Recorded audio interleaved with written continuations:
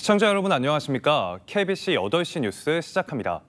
건자재 가격 상승과 아파트 시장 침체로 재개발 사업이 큰 영향을 받고 있습니다. 미분양과 손해를 우려한 시공사가 분양가 조정을 요구해 조합 측과 갈등을 빚고 있는데요. 자세한 소식 고우리 기자가 보도합니다. 4,700세대 규모의 재개발이 이뤄지는 광주 신가동 정비사업. 사업 대상지 정지 작업만 이뤄진 채 수개월째 멈춰 있습니다. 지난해 말 착공 예정이었지만 시공을 맡은 사업단과 조합 측이 분양가를 두고 갈등을 빚으면서 공사가 중단됐습니다. 사업단은 지난달 조합원 분양가를 3.3제곱미터당 400만 원 이상 올리고 일반 분양가는 500만 원 이상 내려달라고 요청했습니다. 그러면서 일반 분양가 1,950만 원 수준으로는 당초 예정됐던 고급 브랜드로 착공하기 어렵다는 뜻도 함께 전했습니다. 특히 광주는 미분양도 지금 메이저 건설사들이 한 것도 다 미분양이에요. 시장에 맞는 이제 분양가를 산정해야 된다. 그래서 제3자 업체한테 맡겨서 산정한 분양가를 제시를 한 거죠. 조합 측은 인근 아파트 분양가를 고려해도 해당 분양가는 지나치게 낮다고 반발했습니다. 또 단일 브랜드 사용을 반대하는 등 사실상 재개발 사업에서 발을 빼려고 하는 것 아니냐고 의심하고 있습니다. 하지 않는다 그러면 계속 우리가 그분들만 바라보고 있을 수가 없거든요, 실제로. 그래서 지금은 어떤 방향이든지 결정을 해서 바로 시작을 하려고 해서 착공을 웬만하면 조금이라도 더 빨리 하고자 해서 지금. 분양시장 침체라는 직격탄을 맞은 재개발 사업. 조합 측은 오는 8일 설명회를 열고 시공사가 제시한 분양가를 수용할지 대체 시공사를 선정할지 등을 논의할 계획입니다. KBC 고울입니다. 티몬과 위메프 사태로 전남도 대표 온라인 쇼핑몰인 남도장터도 7억 원대 피해를 입은 것으로 나타났습니다. 전남도에 따르면 남도장터가 지난달 피해 조사를 벌인 결과 티몬 위메프 정산 중단으로 31개 입점업체가 7억 3,100여만 원의 대금을 정산받지 못한 것으로 집계됐습니다. 남도장터가 판매 대금을 선지급해 입점업체들의 직접적인 피해는 발생하지 않았지만 미정산금은 남도장터가 떠안은 후 손실 처리될 전망입니다. 남도장터는 입점업체 2천여 곳과 회원 83만 명을 확보하고 있고 연간 600억 원의 매출을 올리고 있습니다. 지난달 광주 전남 평균 최저기온이 역대 가장 높았고 열대야 일수도 가장 많았던 것으로 나타났습니다. 광주지방기상청은 올해 7월 광주 전남 평균 최저기온이 기상 관측사상 가장 높은 24.1도로 24도를 기록한 1994년 기록을 30년 만에 갈아치웠다고 오늘 밝혔습니다. 이에 7월 열대야 발생 일수도 역대 가장 많은 13.1일로 나타났으며 특히 광주와 목포, 해남 등은 열대야 발생 일수가 15일로 가장 많았습니다. 수년 전부터 소유권 분쟁과 매각 위기를 겪었던 김대중 전 대통령의 동교동 사저가 지난달 한 사업가에게 팔렸습니다. 정치권에서 뒤늦게 대책을 마련하겠다고 했지만 다시 매입해 공적인 공간으로 활용할 방법은 없는 상황입니다. 이형길 기자입니다. 김대중 전 대통령이 5.16 군사 쿠데타가 일어난 1961년 입주한 뒤 서거 때까지 머물던 서울 동교동 사저입니다. 이 사저를 상속받은 김 전 대통령의 삼남 김홍걸 전 의원이 지난달 초 100억 원의 사저를 매각했습니다. 매수 측은 커피 프랜차이즈 업체 대표로 사저 앞 유휴부지까지 임대해 사업을 계획한 것으로 알려졌습니다. 리모델링 공사를 김 전 대통령 가족 측이 멈춰 세우기는 했지만 이미 소유권이 넘어간 상황이라 언제든지 공사가 재개될 수 있습니다. 백이선 사무총장이 새 주인과 매입할 수 있는 길을 모색하는 것이 급선무이기 때문에 조용히 기다리고 있습니다. 박 의원은 본인 돈을 내겠다는 의지까지 밝혔고 김대중 재단에서 매수자 측을 이번 주 내에 만나 재매입 의사를 타진할 방침입니다. 하지만 되팔지 않겠다는 입장으로 알려진 매수자를 설득하기도 쉽지 않고 다시 사저를 사려고 해도 자금 마련이 어려운 상황입니다. 민주당과 새로운 미래 등 야권에서 연일 대책 마련을 이야기하고 있지만 뒤늦은 제안이라는 비판도 나옵니다. 이 공간을 공공공간으로 만들어 문화유산화할 것을 제안합니다. 사저 주변도 공공화했는데 사저 자체를 공공화 못할 이유가 없습니다. 국민 모금이라도 해야 한다는 의견이 있지만 김홍걸 전 의원 등 가족은 나서지 않고 국고를 쓰거나 모금 활동에 나서기에는 명분이 떨어진다는 지적입니다. KBC 이영길입니다. 김대중 전 대통령의 동교동 사저 매각에 반발하며 국가등록 문화유산으로 지정해야 한다는 목소리가 높아지고 있습니다.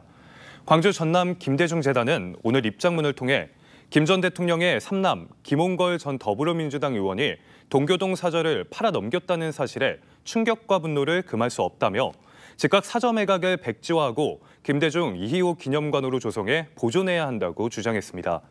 재단은 김대중 정부 인사들과 더불어민주당의 대응이 의아하고 개탄스럽다며 동교동 사저가 국가등록 문화유산으로 지정될 수 있도록 정치권이 적극 나서야 한다고 촉구했습니다. 전남 국립대 설립에 대한 의견을 수렴하기 위한 첫 공청회가 도민들의 높은 관심 속에 시작됐습니다. 공청회에서는 3가지 기본안이 제시됐고 이에 대한 다양한 의견도 표출됐는데요. 공청회는 내일은 목포, 모레는 순천에서도 개최됩니다. 강동일 기자의 보도입니다. 전남 국립의대 설립 방식에 대한 도민들의 의견 수렴을 위해 나주에서 첫 공청회가 열렸습니다. 준비된 좌석은 빈자리를 찾을 수 없을 정도로 높은 관심을 끌었습니다. 공청회에서는 전남 국립의대 설립위원회가 논의 중인 단일 캠퍼스 단일 병원안과 단일 캠퍼스 복수 병원안 등 3가지 기본안이 공개됐습니다. 참석자들은 전남 국립의대 설립안에 대한 다양한 의견을 제시했습니다. 의대 설립이 중요한 것이 아니라 도민 입장에서 보면 대학 병원이 어디가 있느냐, 제3차 진료기관이 어디에 있느냐가 이게 가장 도민의 의료복지에서 중요한데 의대 신설 시에 의과대학과 대학병원은 단일 병원, 단일 캠퍼스로 해서 의료 취약 지역 내에 반드시 함께 설립돼야 된다고 생각을 합니다. 동부권에는 순천의료원, 서부권에는 강진의료원을 가지고 있습니다. 이 두 의료원에 충분한 시설과 의료진을 갖춘다면 적은 예산으로도 양쪽에 그 대학병원급의 부속병원이 2개가 설립이 됩니다. 용역사는 만약 1개 대학만 공모에 응하더라도 의대 설립을 위한 골든타임을 놓칠 수 없다는 점을 강조했습니다. 한 곳밖에 안 들어왔기 때문에 다시 이 논의를 다시 되돌린다라는 것은 너무나도 많이 큰 리스크를 가지고 있다. 도민 의견 수렴을 위한 공청회는 목포와 순천에서 각각 8일과 9일 차례로 진행됩니다. 이후 전남 국립의대 설립 방식은 9월 초에 발표되고 사전심사위원회를 거쳐 평가심사위원회가 10월 말에서 11월 초 추천대학을 최종 선정합니다. 전남 국립의대는 내년 2월 대학 설립 인가를 거쳐 2026년 3월에 개교할 예정입니다. KBC 강동일입니다. 광주시가 공보육 강화를 위해 공공용 어린이집 9곳을 추가로 지정합니다. 광주시는 오늘 16일까지 민간 어린이집과 가정 어린이집을 대상으로 공개 모집을 진행한 뒤 다음 달 공공용 어린이집 9곳을 추가 지정해 10월 1일부터는 모두 95곳을 공공용 어린이집으로 운영할 예정입니다. 공공용 어린이집은 우수한 민간 어린이집과 가정 어린이집을 대상으로 운영비를 지원해 보육의 공공성을 확보하고 수준 높은 보육 서비스를 제공하는 사업입니다. 지난 주말 마무리된 더불어민주당의 호남 지역 순회 경선을 두고 뒷말이 이어지고 있습니다. 다른 지역에 비해 낮은 투표율과 이 후보의 80%대의 득표율을 두고 당의 뿌리인 호남에서 민주당과 이 후보에게 경고를 보내고 있다는 분석이 나오고 있습니다. 정경원 기자가 보도합니다. 지난 주말 당의 심장부인 호남 지역 순회 경선을 마친 더불어민주당 전당대회 온라인 투표율이 26.5%로 더 내려앉았습니다. 호남 지역 투표율이 20에서 25% 수준에 머물렀기 때문입니다. 이른바 어대명 분위기가 굳어지며 투표 동력이 낮아진 데다 올림픽과 겹치며 전당대회가 그들만의 잔치로 전락했다는 지적입니다. 정치인하고 연예인은요, 인기와 관심을 먹고 사는 그런 직업인데 지금 그들만의 바보들의 행진을 하고 있습니다. 민주당 전당대회. 그러니까 25%의 투표율이 나오고요. 이 후보의 호남 득표율 역시 심상치 않았습니다. 이전까지 90%대를 달리던 득표율은 광주 83.6%, 전남 82.5%에 그치며 누적 87%로 주저앉았습니다. 당내 이재명 일극 체제와 사당화에 대한 우려가 호남 지역 표심에 반영됐다는 분석입니다. 또 지난 총선 과정에서 있었던 이른바 비명 행사 여파도 영향을 미친 것으로 풀이됩니다. 호남 정치인들 중에 공천을 못 받고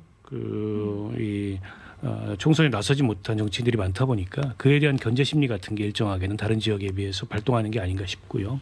호남 경선 이후 이 후보의 당대표 연임이 확실시되면서 이제는 최종 투표율과 이 후보의 최종 득표율에 관심이 쏠리고 있습니다. 더불어민주당은 다음 주말 서울을 끝으로 순회 경선을 마무리합니다. 별도로 진행되는 ARS 투표까지 합산한 최종 투표율과 득표율은 18일 전당대회에서 공개될 예정입니다. KBC 정병원입니다. 경찰이 금호타이어 광주 공장에서 노동자를 숨지게 한 지게차 운전기사를 입건했습니다. 광주경찰청은 지난달 2일 금호타이어 광주 공장에서 원자재를 떨어뜨려 40대 노동자를 숨지게 한 50대 지게차 운전기사 A씨를 업무상 과실치사 혐의로 어제 입건했습니다. 경찰은 또 공장 안전 책임자들을 상대로 관리감독 소홀과 안전수칙 준수 여부 등을 조사할 계획입니다. 국도를 달리던 25톤 화물 트럭이 측면 가드레일을 들이받고 불이 났습니다. 오늘 오전 10시 20분쯤 광주광역시 월계동 국도 3차선을 달리던 25톤 트럭에서 불이 나 트럭 전체를 태우고 14분 만에 진화됐습니다. 다행히 인명피해는 없었지만 교통이 통제돼 극심한 정체가 빚어지기도 했습니다. 경찰과 소방당국은 트럭이 도로 측면 가드레일을 들이받아 불이 난 것으로 보고 정확한 사고 경위를 조사하고 있습니다. 고흥의 한 육상 양식장에서 고수온이 원인으로 추정되는 양식어류 집단 폐사가 발생해 관계 당국이 원인 조사에 나섰습니다. 고흥군은 어제 고흥군 두원면의 한 육상 양식장에서 강도다리 20만 마리와 넙치 5만 마리가 폐사했다는 신고가 접수돼 남해수산연구소 등 전문기관에 정확한 폐사 원인을 확인하고 있다고 밝혔습니다. 해당 양식장은 등량만 인근 바닷물을 끌어와 사용하는데 이곳은 최근 해수 온도가 28도 이상 올라 고수온 경보가 내려진 상태입니다. 기아 타이거즈가 최영우 선수를 1군에서 말소하고 햄스트링 부상으로 전력 이탈했던 이우성 선수를 1군으로 불러 올렸습니다. 최영우 선수는 MRI 검진 결과 우측 내복사근 손상 진단이 나와 앞으로 2주간 치료 뒤 재검 결과에 따라 복귀 시점을 결정할 계획입니다. 한편 팀 훈련에 처음으로 합류한 기아의 새 용병 투수 에릭 라우어 선수는 리그 1등 팀과 함께하게 돼 매우 흥분된다며 잘 해낼 수 있을 것이라고 생각한다고 각오를 전했습니다. 행정안전부의 경영평가에서 광주 서구 광산구 시설관리공단이 낙제점을 받았습니다. 행정안전부의 경영평가 결과 광주 전남 지역 공기업 10곳 중 광주 서구 광산구 시설관리공단이 라등급을 받으며 최하위로 기록됐습니다. 광산구 시설관리공단은 경영 개선이 시급한 공기업으로 분류됐고 서구공단은 지난 평가보다 한 등급 상승했습니다. KBC 8시 뉴스를 마칩니다. 시청해주신 여러분 고맙습니다.